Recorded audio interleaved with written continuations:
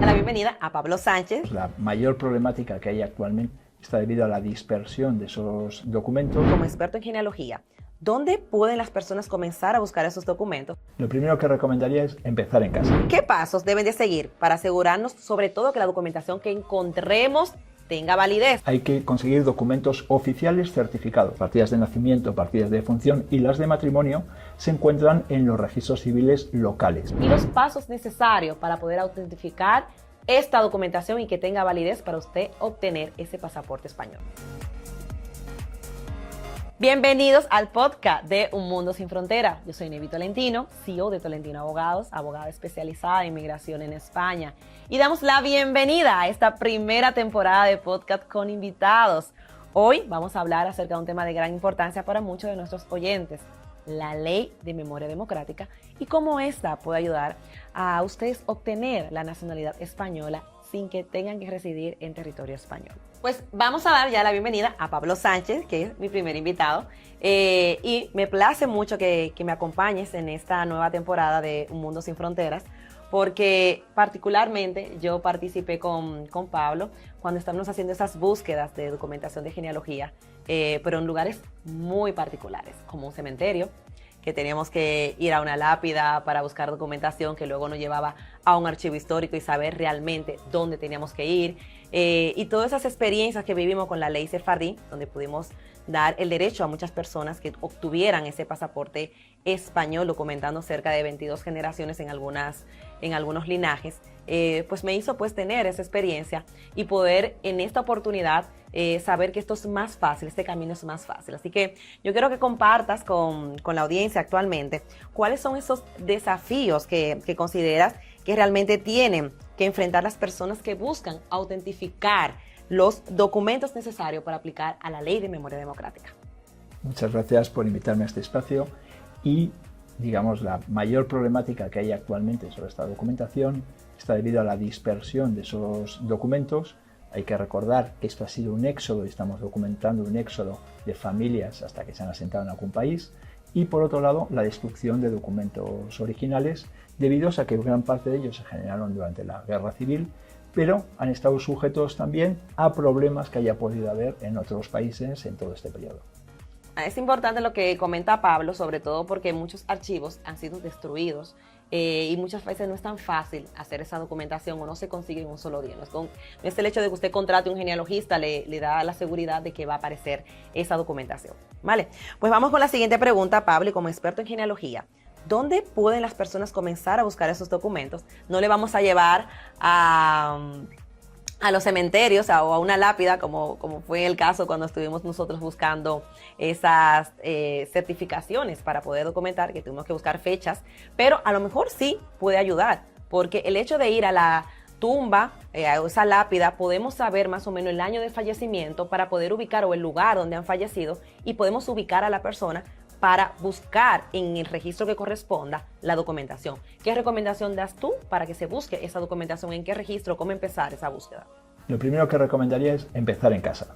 Es decir, en casa ya hay documentación, la nuestra propia, pero también tenemos otra documentación de carácter oral, que es esa abuela, esa tía lejana que sabe parte de historias y que a veces se ha perdido esa transmisión oral. Empezar a recoger toda esa documentación en la propia casa, y cuando digo la casa, la familia amplia, y empezar a recordar que a lo mejor no recuerda en la fecha de nacimiento, pero sí cuando cumplía el cumpleaños. Es una información muy válida luego para toda parte de documentación. Esa parte realizarla en casa y a partir de ahí, con las redes o con profesionales, ir creciendo en el proyecto. Bueno, es importante, pues sobre todo porque muchas de las preguntas que nos hacen en Tolentino es que yo escucho una abuela que decía que ella venía de España, que llegó en un barco, pero no hay documentación. Claro, muchas veces no sabemos dónde se inicia ese proceso de búsqueda, por eso es importante la información con las personas mayores que tengas a tu alrededor para que puedas ir consultando qué datos te pueden llevar a que podamos comenzar con esta investigación. Con lo cual, la casa es el primer lugar, sobre todo reunirnos con esos familiares que puedan darnos algunas pistas, porque en muchos casos, por ejemplo, en Sefardí lo tenemos, que teníamos una clienta que tenía todo anotado, que iba en la casa de una tía abuela, que ella no se movía mucho, no hablaba, pero ella iba donde esa tía abuela, que tenía un libro antiguo que ella iba anotando, y ese libro fue que nos llevó a poder documentar todo. No era un libro, realmente era un cuaderno que tenía, iba anotando, y esa tía abuela que estaba envejeciente encontró ese libro y con ello pudimos pues comenzar a hacer las certificaciones, y ese cuaderno fue que realmente nos llevó a ese cementerio para poder empezar la documentación. ¿Qué pasos deben de seguir para asegurarnos sobre todo que la documentación que encontremos tenga validez? Porque una cosa es, vale, encontramos X documento, un documento de viaje, un documento de un pasaporte antiguo, pero eso realmente tiene validez. ¿Cómo podemos asegurarnos que la documentación que encontremos realmente va a tener una validez para continuar el proceso? Para esta ley tiene que estar todo certificado, es decir, y de una manera indubitada. No vale solo con que sepamos cuándo celebraban el cumpleaños o una fotografía de la familia. Hay que conseguir documentos oficiales certificados.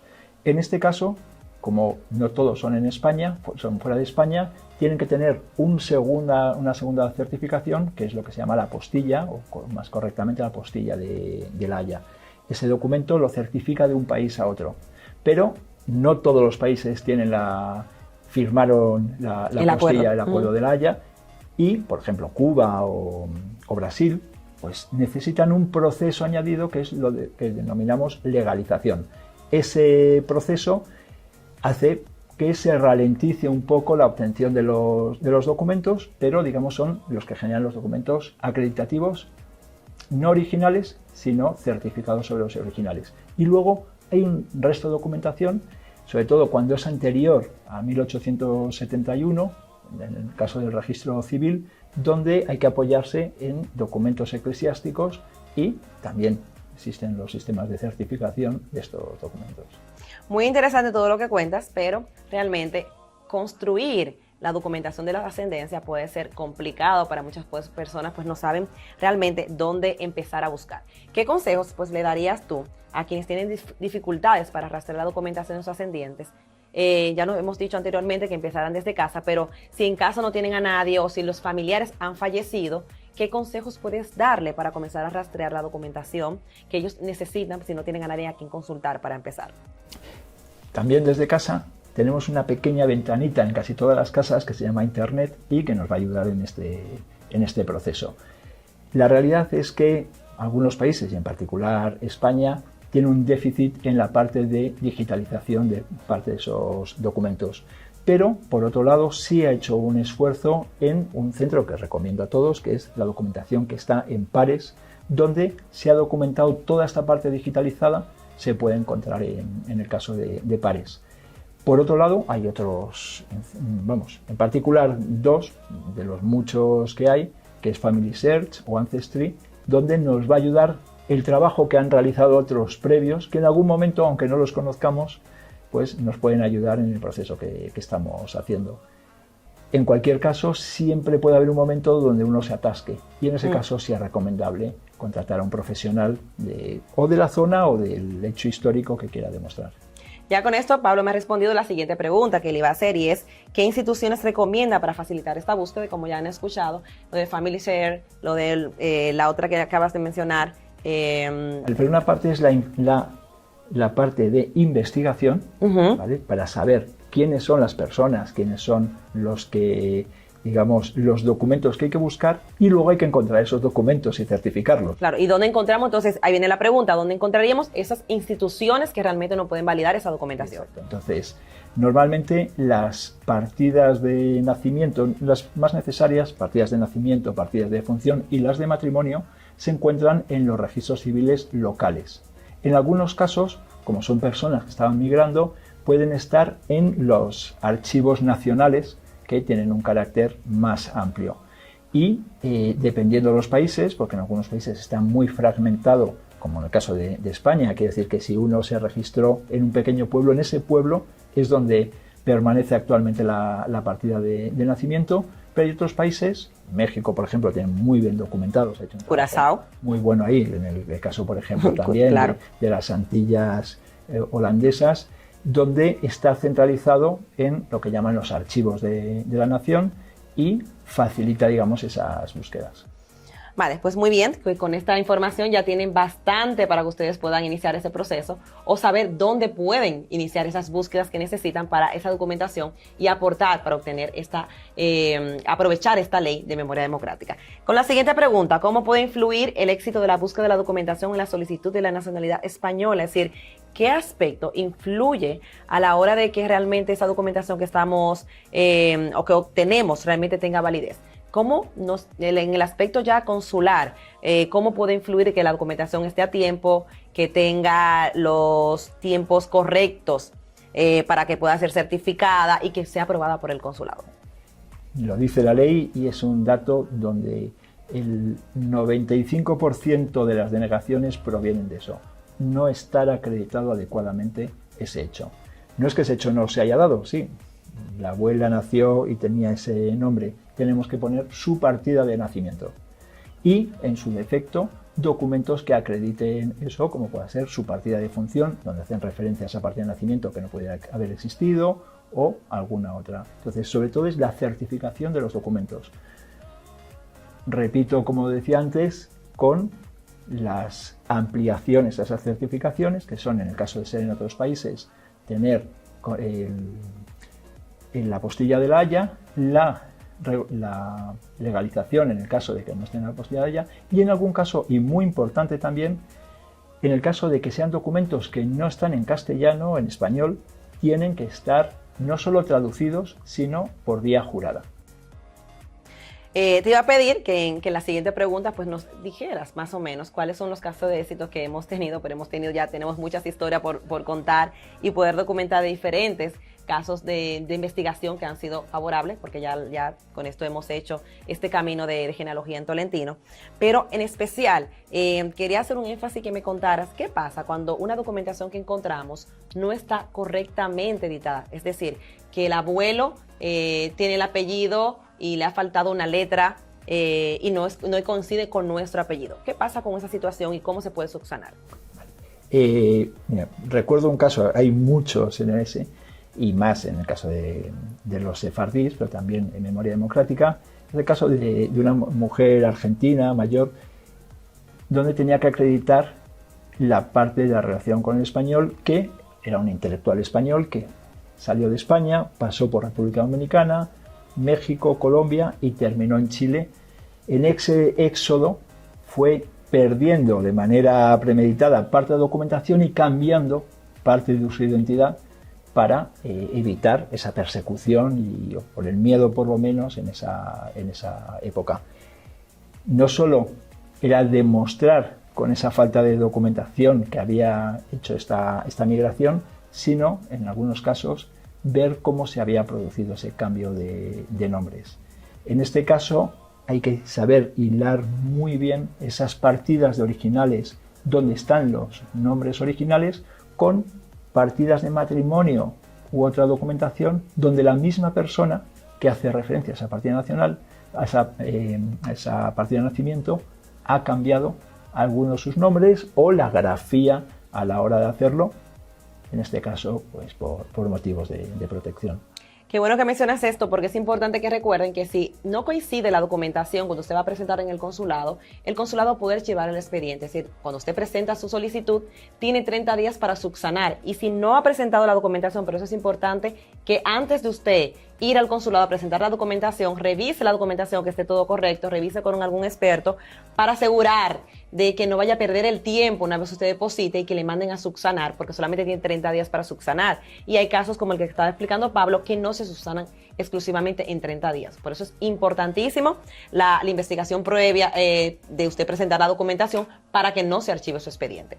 Vale, y ya con esto vamos a finalizar, pero voy a hacer una pregunta un poquito trampa en esta situación, porque a fecha de hoy, de cuando hemos grabado este podcast, todavía no tenemos aprobada el BOE en la publicación que se hace oficial para que realmente la ley se prorrogue. Entonces yo quiero que me cuente dos aspectos importantes. ¿Qué pasaría o qué recomendación podrías dar en caso de que a la fecha actual que tenemos no se publique en el BOE la prórroga de la Ley de Memoria Democrática, que nosotros vivimos momentos muy tensos con el cierre también de la Ley Sefardí y todo lo que hicimos en ese momento de cierre, y en caso de que se prorrogue, ¿qué recomendaciones también podrías dar? Porque, ¿qué pasa con esto? Cuando en el momento de que se va a publicar esta ley y está cerca de que cierre, pues tenemos un problema de que la gente comienza todo muy rápido, quiere hacerlo todo muy rápido, se pone muy nerviosa y quiere que todo se solucione.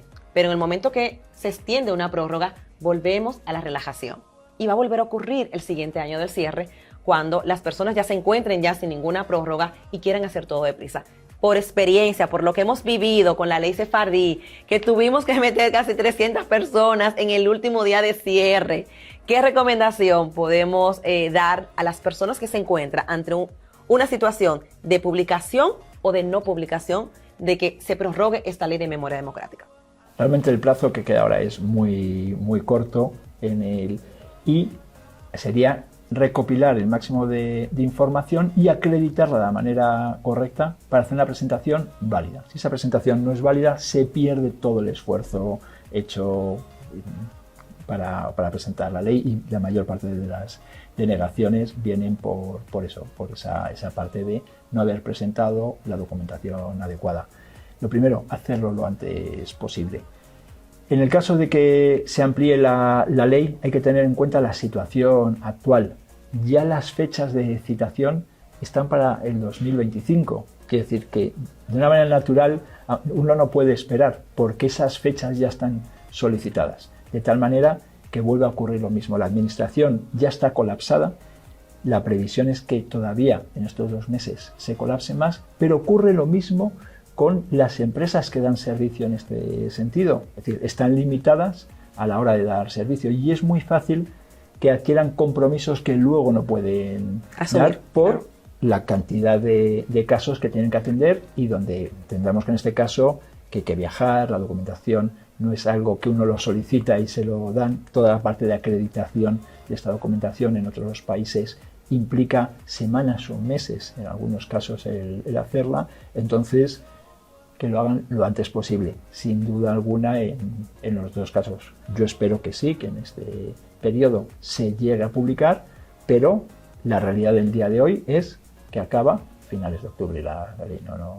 No hay otra cosa que lo esté acreditando. Pues muchísimas gracias, Pablo. Muchísimas gracias a todos ustedes que nos han acompañado, en especial a Pablo, que se ha unido a este nuevo reto que tenemos en Tolentino Abogados para poder ayudarles a ustedes a informarle con este nuevo episodio, esos nuevos podcasts que espero que le comiencen a gustar, esos podcasts con invitados, para que puedan estar más de cerca con el trabajo, no solamente que hacemos desde Tolentino Abogados, sino los colaboradores de Tolentino Abogados, qué trabajo hacen a la hora de poder documentarle o darle ese servicio a usted para que tenga una residencia en el territorio español.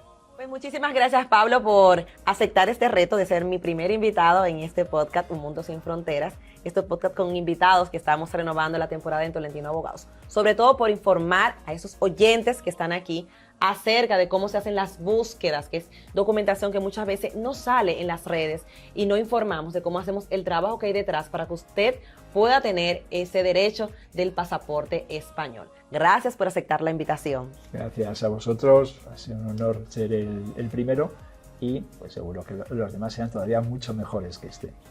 Gracias por acompañarnos. Y de esta manera vamos a dar por finalizado. Hoy hemos hablado sobre la Ley de Memoria Democrática, los desafíos, las oportunidades que presentan para aquellas personas que están buscando obtener la nacionalidad española a través de esa documentación histórica. Pablo Sánchez pues nos ha explicado una visión muy detallada de cómo se realiza la búsqueda de documentos, los desafíos que comúnmente se encuentran las personas a la hora de hacer esas búsquedas y los pasos necesarios para poder autentificar esta documentación y que tenga validez para usted obtener ese pasaporte español. Suscríbanse en el canal de YouTube de Tolentino Abogados y acompáñenos en esta nueva aventura.